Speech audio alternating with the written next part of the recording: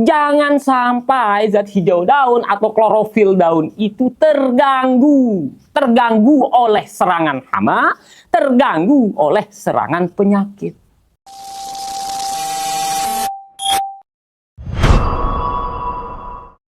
Hai, kembali lagi bersama saya Wika di channel kita yang sama-sama kita cintai ini. Ibu bapak petani yang terhormat, pada video kali ini saya akan membahas nyawa dari tumbuhan. Nyawa dari tanaman yang ibu bapak petani yang terhormat budidayakan. Nyawanya ini. Karena, kenapa saya bilang nyawanya? Karena pada proses ini, jadi bentuk nyawanya itu adalah berupa proses. Proses ini, ibu bapak petani yang terhormat, dikenal dengan nama proses fotosintesis. Nah sekarang, ibu bapak petani yang terhormat, pasti bertanya, kenapa sampai proses fotosintesis itu dikatakan nyawa dari seluruh tumbuh-tumbuhan, termasuk tanaman pertanian yang tentunya dibudidayakan, kenapa sampai dikatakan sebagai nyawa? Kenapa? Kenapa? Nah, itu yang akan kita bahas. Itu yang akan kita kupas di video kita kali ini, ibu bapak petani yang terhormat. Kita mengenal bahwa reaksi fotosintesis itu atau proses fotosintesis itu didefinisikan sebagai cara atau sebuah metode, tepatnya adalah sebuah proses di mana tumbuh-tumbuhan di dunia ini termasuk tentunya adalah tanaman pertanian, entah itu tanaman pangan, entah itu tanaman hortikultura, entah itu tanaman perkebunan yang dibudidayakan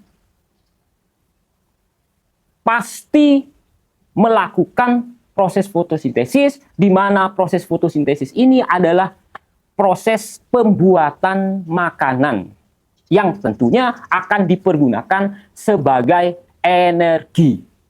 Sekali lagi, sebagai energi dari tumbuhan tersebut untuk kelangsungan proses metabolisme kehidupannya. Itu fotosintesis. Itulah proses fotosintesis, definisinya, ibu bapak petani yang terhormat. Jadi, tumbuh-tumbuhan ini itu sama seperti kita manusia, ibu bapak petani yang terhormat. Kenapa saya samakan sama manusia? Manusia itu tidak lepas dari yang namanya makan. Tidak terlepas dari yang namanya makan. Kalau memang kita sebagai manusia mau tumbuh atau mau sehat lah atau mau gemuk, itu tergantung dari makanan yang tentunya kita makan. Nah, sama halnya dengan tumbuh-tumbuhan. Saya spesifikkan, tumbuh-tumbuhan yang saya maksud di sini adalah tanaman yang tentunya ibu bapak petani yang terhormat budidayakan, yaitu tanaman pertanian, entah itu tanaman pangan, entah itu tanaman hortikultura, dan tanaman perkebunan. Baik, ibu bapak petani yang terhormat, dari definisi yang sudah saya sebutkan tadi itu, nah, proses fotosintesis ini, ibu bapak petani yang terhormat, itu memiliki pemeran-pemeran sehingga maksimal terjadinya atau maksimal berlangsungnya fotosintesis. Proses fotosintesis ini itu memiliki 4 pemeran utama. Saya menyebutnya 4 pemeran utama. Di mana pemeran-pemerannya itu, satu, itu ada namanya karbon dioksida, CO2. Yang kedua tadi itu air, H2O, dan mineral. Mineral yang kita maksud di sini ya tentunya nutrisi-nutrisi berupa unsur hara yang tentunya diserap oleh tanaman pertanian yang ibu bapak petani yang terhormat budidayakan. Itu yang kedua. Yang ketiga, ibu bapak petani yang terhormat, itu ada namanya klorofil. Nah, klorofil. Klorofil ini itu didefinisikan sebagai zat hijau daun. Ya, di mana klorofil ini terdapat di bagian daun yang namanya kloroplas. Di dalam klorofil ini juga dibagi lagi. Ada namanya grana atau lebih tepatnya membran tilakoid. Dan ada namanya stroma. Di mana di grana atau membran tilakoid ini itu berlangsung reaksi terang. Atau yang lebih kita kenal dengan nama reaksi Hill. Ya, reaksi Hill.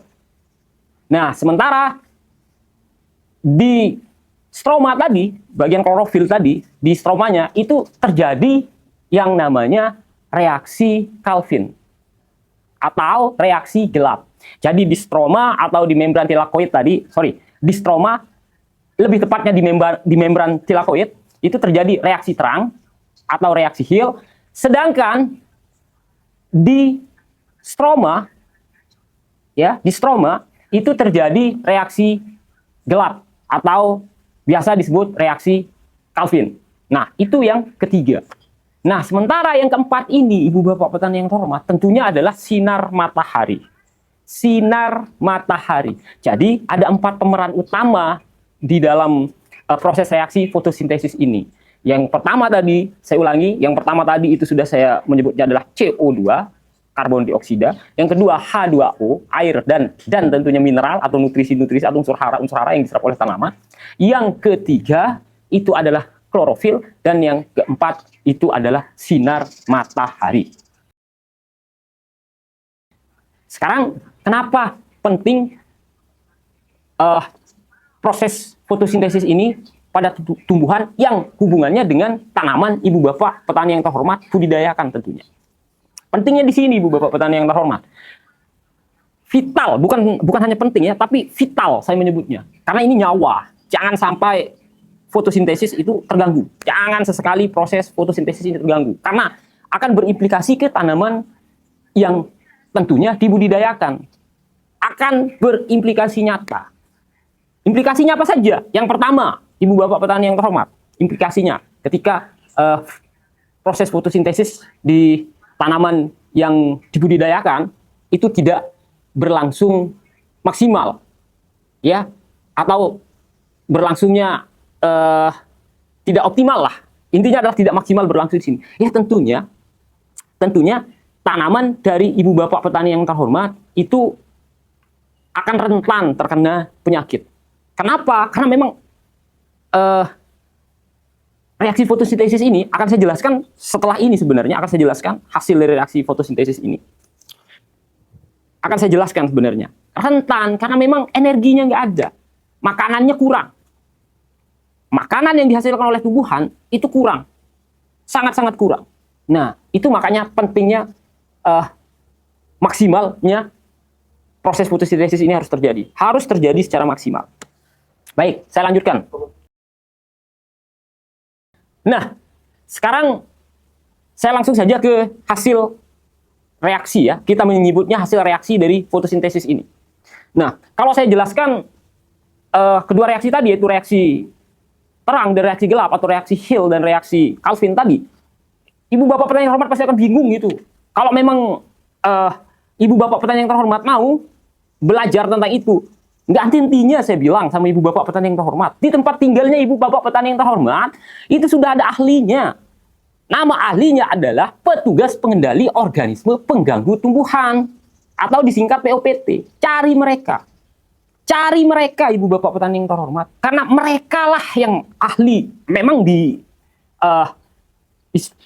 fotosintesis ini, mereka ahlinya, salah satu keahliannya itu. Kenapa penting fotosintesis ini?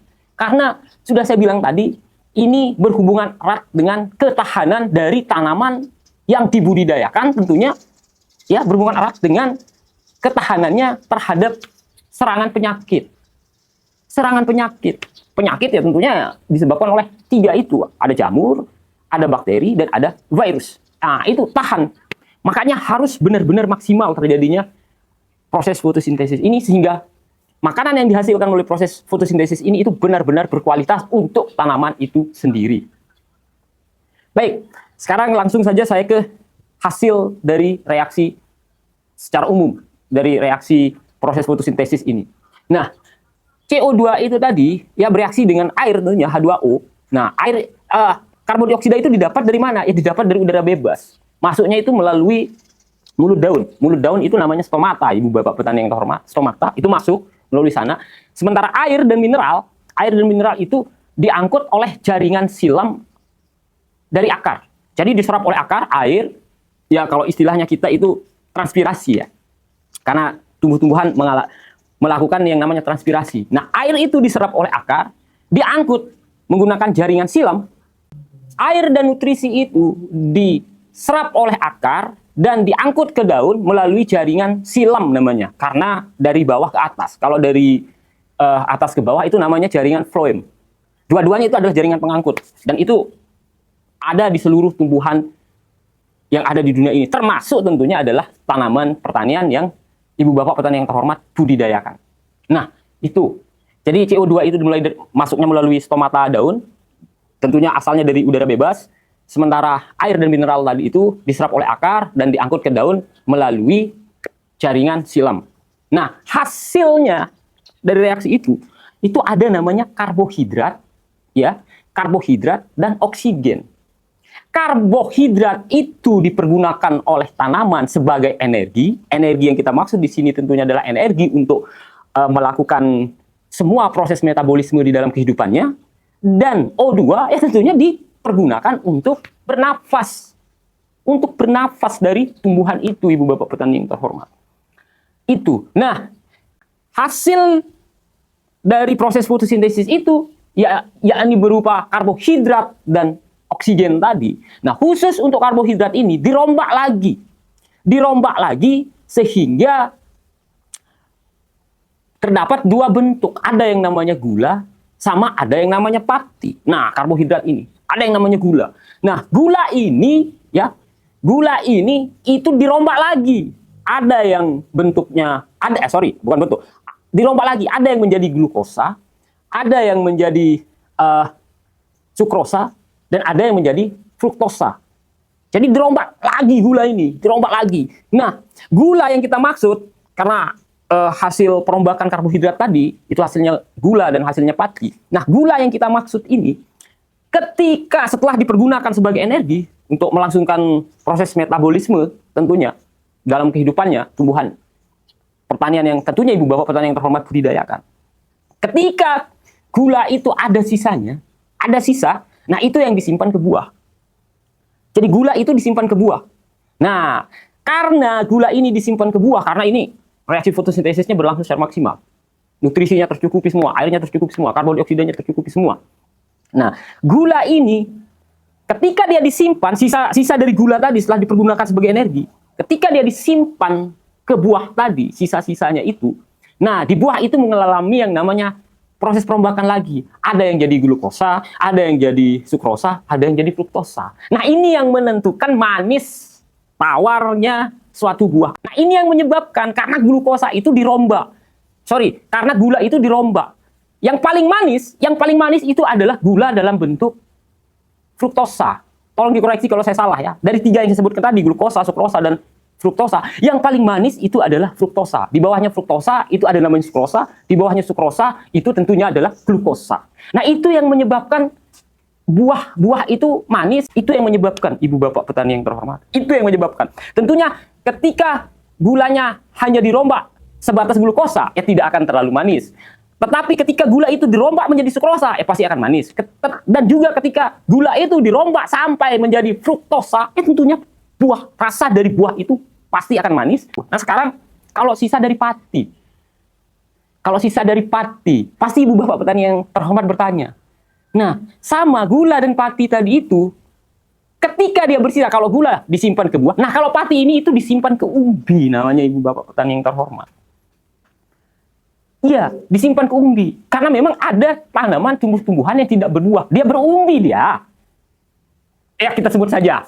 Contohnya, seperti wortel, lobak, apalagi yang berumbi? Keladi, apalagi?